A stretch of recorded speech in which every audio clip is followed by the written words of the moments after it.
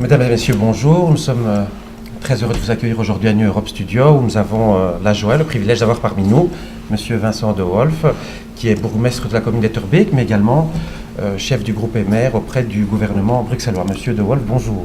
Bonjour. Nous sommes ravis de vous accueillir ici et en même temps doublement honorés puisque nos nouveaux studios qui viennent de s'installer se trouvent à la rue Froissart numéro 1, donc à la place Jourdan, au sein de votre commune, un endroit tout à fait privilégié. Nous sommes ravis d'être ici et d'être accueillis par votre belle commune. Nous souhaiterions vraiment profiter de votre présence pour avoir un petit peu quelques avis sur la thématique européenne, puisque votre commune accueille les institutions de Bruxelles, la capitale européenne. Pour commencer, pensez-vous, Monsieur De Wolf, qu'aujourd'hui Bruxelles rayonne, a le statut de la capitale européenne, ou s'est-elle donné les moyens de ses ambitions en tant que capitale européenne? Mais tout d'abord, je vais vous remercier pour l'invitation, parce que vous me remerciez d'être là, mais je n'aurais pas été là si vous ne m'aviez pas invité, donc c'est la moindre des choses que de déférer à cette invitation. Je suis d'ailleurs assez surpris parce que je n'avais pas fort regardé mon planning et je pensais que c'était une invitation classique liée à l'ouverture d'un café ou d'un restaurant sur la place Jourdan. J'étais d'ailleurs ici dans ces lieux il y a 2 ans, je pense, lors de l'ouverture festive de vos prédécesseurs. J'avais moins compris que vous aviez installé tout un studio avec un concept tout à fait original dont je vous félicite, qui mélange à la fois la restauration, le café, l'horeca et un studio professionnel dans lequel nous nous mouvons maintenant. Alors, Etterbeek, en fait, accueille les institutions européennes, c'est vrai en partie, parce que la Belgique est un pays compliqué, Bruxelles comprend 19 communes, et nous avons donc une partie des institutions, une partie importante se trouve sur Bruxelles-Ville, mais c'est à 20 mètres d'ici. Donc, moi je me suis battu personnellement, tout d'abord pour partir d'Etterbeek, si vous voulez, pour que le Sofitel s'installe, ici à côté, qui est donc l'un des hôtels les plus sécurisés du monde, puisque lorsque les sommets se déroulent sur Bruxelles, la plupart des chefs d'État ou de gouvernement viennent séjourner dans cet hôtel. Ce qui implique une collaboration étroite avec la commune au niveau de la sécurité. Il est vrai aussi que, et donc au départ, il y avait pas mal de résistance, même des commerçants locaux, de certains riverains par rapport à cet hôtel, dont aujourd'hui tout le monde se réjouit. Bien. Donc il faut parfois en politique savoir décider et prendre ses responsabilités. Alors, nous avons aussi un grand nombre d'ambassades, effectivement, j'en parlais avec votre associé tout à l'heure, d'ambassades, de consulats, de représentations diplomatiques, de villes-régions, qui sont représentées notamment sur l'avenue de Tervure, donc on a vu près du cinquantenaire, et ça a été un gros enjeu pour notre commune, parce qu'on a maintenant entre 15 000 et 20 000 ressortissants européens qui habitent une commune de près de 50 000 habitants. Donc c'est énorme comme proportion. Je crois même que c'est la commune qui présente la proportion la plus importante dans l'ensemble du pays. Je ne dis pas que ce sont 20 000 fonctionnaires européens, mais il y en a pas mal et ce sont aussi des ressortissants européens. Je fais d'ailleurs un appel à ceux-là pour qu'ils s'inscrivent, non pas pour les élections prochaines, ça ils ne peuvent pas le faire, mais de prochaines élections communales, parce que je trouve que les Européens ne participent pas assez à leur vie locale. C'est un autre débat. Est-ce que Bruxelles est à la hauteur de ses ambitions sur le plan international? Je dirais qu'on n'en fait jamais assez. Que donc il faut se doter d'infrastructures d'accueil de qualité, que notamment le centre de congrès qui a été construit récemment au Heysel donne des capacités nouvelles à Bruxelles, que c'est ce genre de choses-là qu'il faut faire pour que, notamment le bureau de liaison aussi, Bruxelles Europe est installé sur Etterbeek, on travaille avec eux pour accueillir aussi les Européens, pour les aider au niveau des difficultés administratives, d'implantation, de compréhension des institutions bruxelloises et belges qui sont un peu complexes, il est vrai. Nous sommes ici sur une place très symbolique. Votre associé de Gentil dit que c'est une des plus belles places de Bruxelles. Bon, ça fait plaisir. C'est peut-être un peu excessif, mais c'est pas faux non plus, parce que quand il fait beau comme aujourd'hui, vous allez voir ce soir s'il fait suffisamment chaud, les terrasses sont remplies, les gens parlent toutes les langues, il y a une très très bonne ambiance. Et un journaliste européen m'avait dit: comment est-ce que vous avez réussi, Monsieur De Wolf, à Bruxelles, à mélanger le ketch de Bruxelles, qui vient manger ses frites avec son cervelas sur la place Jourdan, pour parler un peu bruxellaire, avec les grands patrons européens, avec les fonctionnaires, et tout ça fait bon mélange. Et un marché aussi, qui se tient le dimanche, qui est très populaire et qui est très prisé par les Européens. Donc je pense que Bruxelles doit encore faire plus pour se rendre plus attractive, que le problème de la mobilité, vous vouliez qu'on en parle, est un problème majeur. Et on a un triste record, malheureusement. Voilà. Et donc par rapport à ça, sorry, je vais faire un peu de politique, puisque je suis le chef de file des libéraux à Bruxelles, et que même l'ancien ministre-président socialiste bruxellois avait dit c'est l'un des plus grands échecs de mon gouvernement ou de mes gouvernements, c'est la mobilité. Et là, les fautes qui ont été commises sont à mon avis importantes, puisqu'on n'a pas étendu le réseau de métro, ce qui est indigne de la capitale de l'Europe. On n'a pas créé de parking de dissuasion ni à l'intérieur ni au pourtour de Bruxelles. On n'a pas avancé véritablement avec le RER, et notamment avec un RER, donc réseau express, qui devrait aussi être intra-bruxellois, pour permettre aux Bruxellois de se déplacer par des gares de train à l'intérieur de Bruxelles. Les ruptures de charge, ça veut dire que le temps que vous mettez à attendre entre le métro, le bus et le tram, c'est toujours trop long, c'est toujours mieux en voiture. Donc il y a là une série d'enjeux qu'il faut absolument rencontrer pour la prochaine législature. Financièrement supportable, pensez-vous? Alors, nous, donc moi j'avais fait des interventions il y a plusieurs années, j'avais été voir un peu partout dans le monde, et notamment j'avais constaté que dans les pays asiatiques, on utilisait la Banque européenne d'investissement pour construire du métro. Je ne comprends pas pourquoi on ne travaille pas avec la BEI sur Bruxelles. Pourquoi on ne s'ouvre pas au PPP, donc au partenariat public-privé? Pourquoi éventuellement Bruxelles ne lève pas des fonds avec des bons qui pourraient être édités par la région de Bruxelles pour prendre de l'épargne. Il y a beaucoup d'épargne aujourd'hui à Bruxelles. Les gens n'investissent plus en bourse, ils ont peur.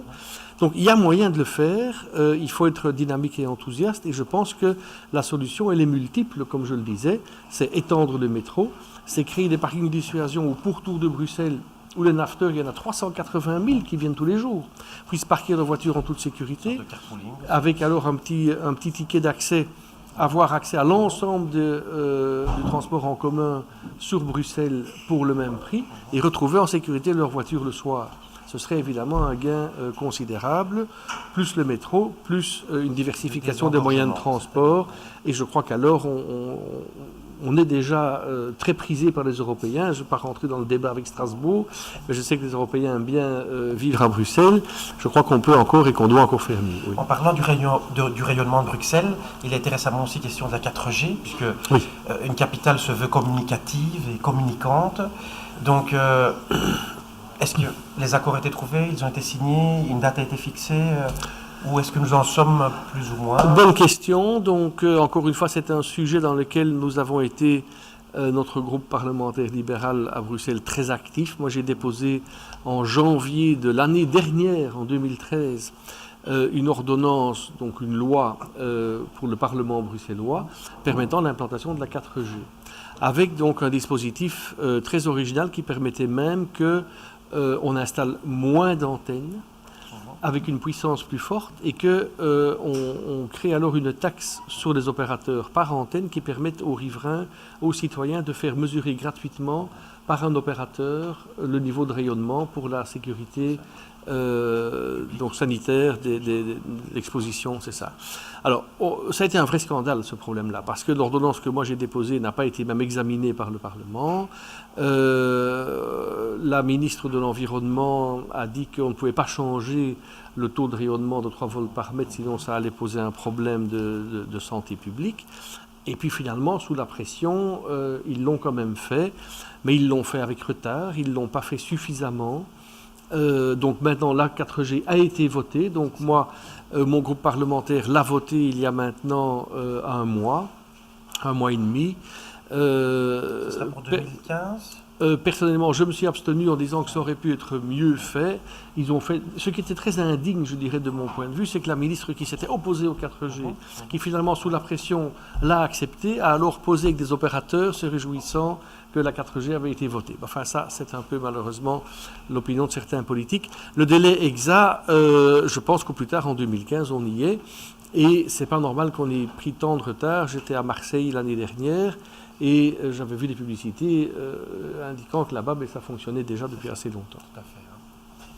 Concernant également la désolidarisation, je me souviens de la facturation au gaz et électricité, où beaucoup de fois on se retrouve, si on est propriétaire ou locataire, impliqué ou solidaire d'une dette finalement du locataire, et souvent des mauvais locataires ou des mauvais payeurs, souvent des ménages très souvent. Parfois, on croirait même que les organismes pour l'eau, l'électricité sont plus au courant que nous de ce qui va se passer par après. Et puis finalement, peut-être les propriétaires se retrouvent un peu pris au milieu, dans une spirale. Est-ce qu'il y a eu des progrès dans cette matière-là? Oui, donc là, encore une fois, c'est un domaine dans lequel nous avons déposé plusieurs propositions d'ordonnance depuis plusieurs années qui tendaient à supprimer cette solidarité inacceptable entre le propriétaire et le locataire pour des factures d'eau, par exemple.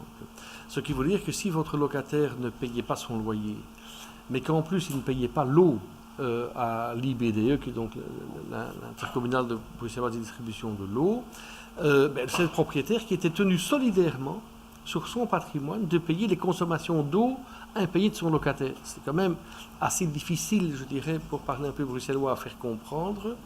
On a pu réussir à faire voter ce texte très récemment, tout comme d'ailleurs on a pu réussir à faire aussi supprimer le droit de succession, la taxation pour le conjoint survivant de l'immeuble familial.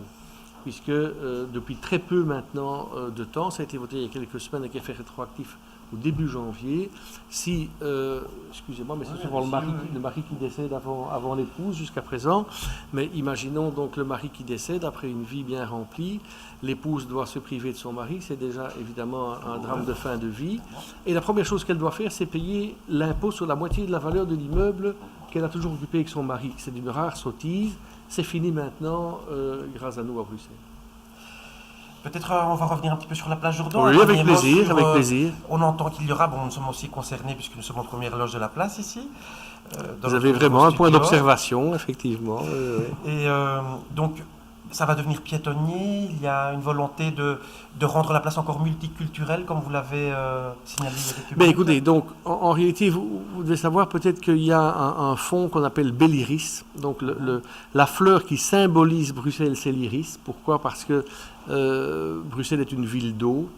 Et l'iris, c'est une plante qui vit dans les étangs, dans les eaux dormantes, etc. Et donc, Belliris, c'est le fait de vouloir rendre plus belle la Bruxelles. Et donc, c'est le fédéral qui donne de l'argent pour des projets spécifiques. C'est ainsi que Belliris a financé la rénovation du parc Léopold, qui est juste ici derrière vous, avec l'étang au milieu. Et le projet suivant, c'était de rénover ici la place qui est à ma droite, qui est donc très minérale, très peu arborée, et dans lequel énormément de voitures stationnent sur l'axe central de la place.